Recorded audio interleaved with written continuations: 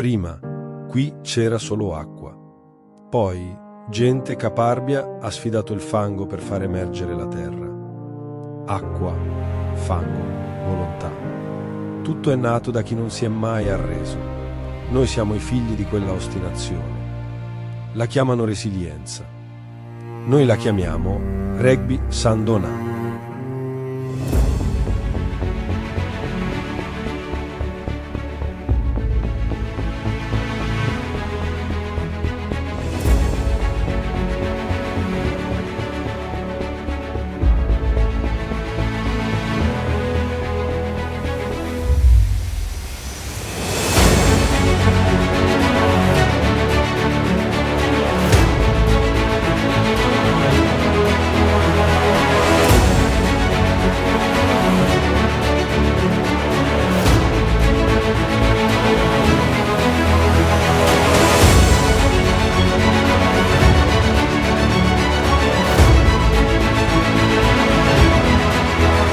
Alessandro Giumin, il nipote di Emilio Giumin. Sono Lodovico Canal, pronipote di Giuseppe Canal.